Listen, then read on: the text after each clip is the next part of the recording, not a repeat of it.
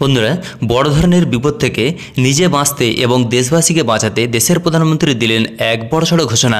হ্যাঁ বন্ধুরা, এবার তিনি হোলি খেলতে নিষিদ্ধ করলেন দেশবাসীকে এবং হোলিকে বয়কট করার কথাও বললেন। তো বন্ধুরা, আজকে আমরা এটা নিয়ে বিস্তারিত জেনে নেব যে কেন তিনি হঠাৎ এরকম বললেন, হোলি খেলতে নিষেধ করলেন দেশবাসীকে। আজকে থাকবে সেটার আলোচনার মেন বিষয়। তখন অবশ্যই ভিডিওটি প্রথম থেকে লাস্ট পর্যন্ত দেখবেন। ভালো লাগলে একটা লাইক করবেন এবং সাথে সাথে আপনার মতামতটা কিন্তু অবশ্যই কমেন্ট বক্সে লিখে জানাবেন। তো বন্ধুরা, জেনে নেওয়া যায় কেন দেশের প্রধানমন্ত্রী এবার দেশবাসীকে হোলি খেলতে নিষিদ্ধ করলেন।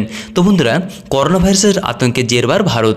স্বাস্থ্য বিশেষজ্ঞদের নির্দেশ মেনেই করোনা এড়াতে হোলির অনুষ্ঠানে যোগ না দেওয়ার কথা ঘোষণা করলেন দেশের প্রধানমন্ত্রী নরেন্দ্র মোদী। তিনি বললেন, করোনার সংক্রমণ থেকে বাঁচতে ভিড় এড়িয়ে চলতে হবে দেশবাসীকে। করোনা নিয়ে নিরাপত্তা বজায় রাখতে কেন্দ্রীয় স্বাস্থ্য মন্ত্রকে দফায় দফায় চলছে বৈঠক। অন্যদিকে স্বাস্থ্যমন্ত্রী হর্ষবর্ধন জানিয়েছেন যে প্রতিটি রাজ্যের স্বাস্থ্যমন্ত্রীদের সঙ্গে বৈঠক করা হবে এবং তাদের এই বিষয়ে সতর্ক করা হবে। তবে প্রধানমন্ত্রী দেশবাসীকে করোনা নিয়ে আতঙ্কিত হতে বারণও করেন ও আতঙ্ক না ছড়ানোর পরামর্শ দেন।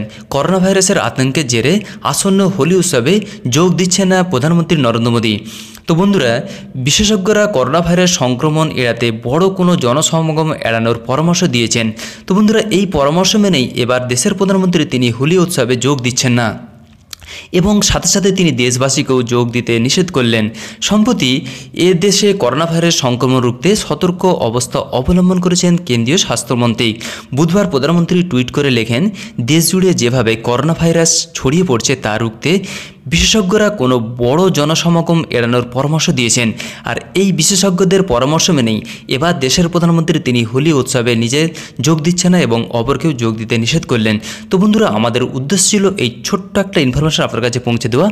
যদি ভালো লেগে থাকে তাহলে অবশ্যই লাইক করবেন এবং দেশের প্রধানমন্ত্রীর যে পরামর্শ তা আপনাকে কেমন লাগলো সেটাও কিন্তু কমেন্ট বক্সে লিখে জানাবেন। ভালো থাকুন, সুস্থ থাকুন এবং অপরকেও ভালো রাখুন। Thank you friend, thank you for watching.